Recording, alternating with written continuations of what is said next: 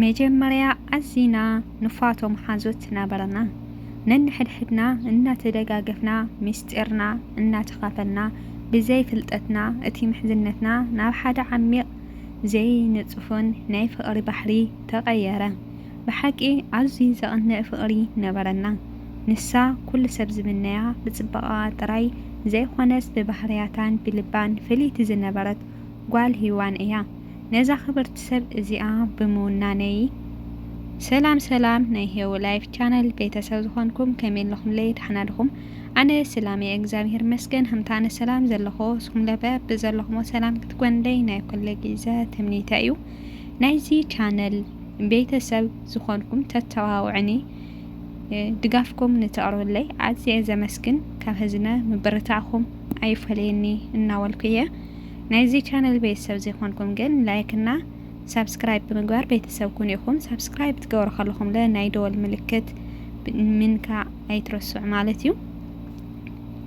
እና ሎማዓንቲ ብሓድሽ ትሕዝተይ መጽየኩም ነኹ ከም ዝፍለጥ ልጠቅምና መሃሪ ለዝሓሰቡ ነገራት እየ ሒዘ ዝቐርብ። ሎማዓንቲ ድማ ሓደ ልጠቅም እዩ ኢለ ዝሓሰብክዎ ኣብ ሓቀኛ ዛንታ ዝተመርኮሰት ሕጽር ዝበለት ዛንታ ሒዘልኩም ቀሪበኒኹ ናብ ኣክለብ ከብለኩም እየ ክሳዕ መጨረሻ ሓዊርኩምኒ ጽንሑ። እንትፈሲኹማ ድማ ላይክና ናብ ሓዙትኩም ሸር ምግባር ኣይትረስዑ። ተገዲደ ዝኣተኸዎ ቃንዛ ቀዳማይ ክፋል። ኣብዛ ንነብረላ ዓለም ኩሉ ግዜ ብሕጉስ ዛንታ ክትነብር ትምነ። ኣነ እውን ካብቲ ተወሊደ ዝዓበኹሉ ማእኸል ፍቕሪ ስድራ ቤት ጀሚሩ ህይወተይ ብሰላም ብባህግን እያ ትምራሕ ነይራ። ብፍላይ እቲ ናይ ሃይስኩል ጊዜያተይ ምናልባት ኣብ ህይወተይ ካብቶም ኣዝዮም ጥዑማት ንጹሃትን ዓመታት እዮም ነይሮም። ኣብቲ ናይ ጽባሕ ተስፋ ጥራይ ዝረኣየሉ ዝነበረ ናይ ትምህርቲ ጉዕዞ ህይወተይ ሙሉእ ብምሉእ ዝቐየረ ሌላ ዝተጀመረ ምስ ሓንቲ ጓል ተላለኹ። መጀመርያ ኣዚና ንፋቶ መሓዙት ነበርና። ነንሕድሕድና እናተደጋገፍና ምስጢርና እናተኻፈልና ብዘይ ፍልጠትና እቲ ምሕዝነትና ናብ ሓደ ዓሚቕ ዘይነጽፍን ናይ ፍቕሪ ባሕሪ ተቐየረ። ብሓቂ ኣዝዩ ዘደንቕ ፍቕሪ ነበረና።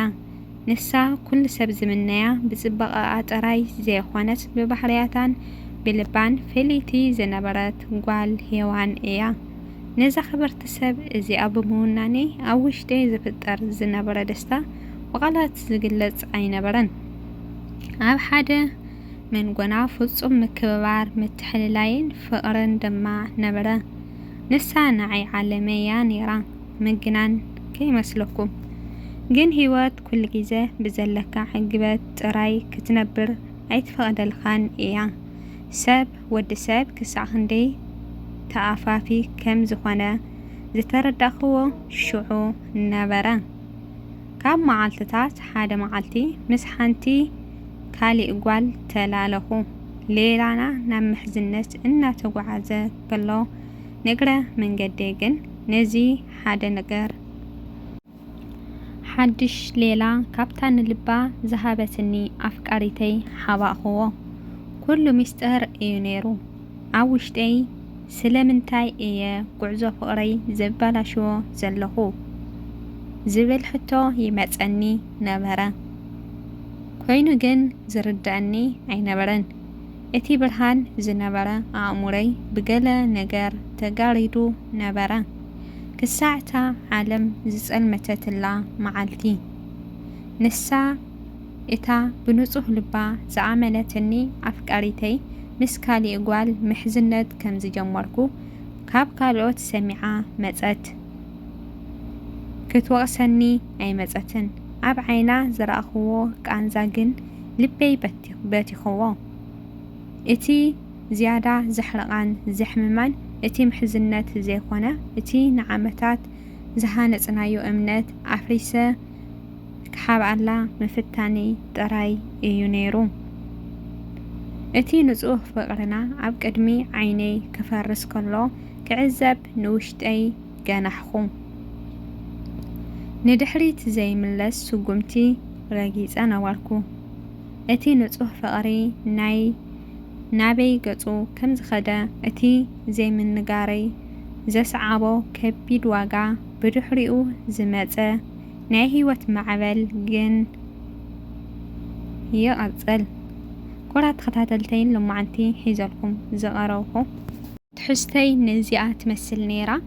ኣብ ዝሓለፈ ካብ 1 ክሳዕ 4 ክፋል ዝኣክል ሕቡቕ ቃንዛ ናይ ሕቡቕ ቃንዛ ሓውና ታሪክ ንእሽተን ካብኣ ይጠቅም የምህረና ይኽእል ኢለ ዝሓሰብክዎ ንእሽተን ቀኒሰ ላምፃኽልኩም ቀኒየ ነይረ እኒሆ ሎሚ ድማ ተገዲደ ዝኣትኽዎ ቃንዛ ትብል ኣብ ሓቀኛ ታሪክ ኣብ ገጻት ቲክቶክ ድሕሪ ሕቡቕ ቃንዛ ሓውና ዘስዕባ ናቱ ብረአየ ታሪካይ ክናገር ኣነለ ክደፋፈር ገይሩኒ ኢሉ ዘቕረበ ሓውና እያ እና ኣብ ሓቀኛ ዛንታ ዝተመርኮሰት እያ ልክዕ ከምዚ ናይ ሕቡቕ ቃንዛ ማለት እዩ እና ገና ኣብ ምቕፃል እውን ኢሉ ኣሎ ካብኣ ሓንቲ ክፋል እየ ናባኹም ሒዘ ቀሪበ ነይረ እንተፈቲኹምዋ ከምቲ ናይ ወትሮ ትገብረለይ ምትባዕኩም ኣይፈለየኒ ላይክ ሸር ኮመንት ምግባር ኣይትረስዑ ናይዚ ቻናል ቤተሰብ ዘይኮንኩም ድማ ሳብስክራይብ ብምግባር ቤተሰብ ኩኑ ኢኹም እና ኩሉ ነገር ዝቐርብሉ ኣብ ህይወት ዘጋጥም ነገር እዩ ታሪክ ወይ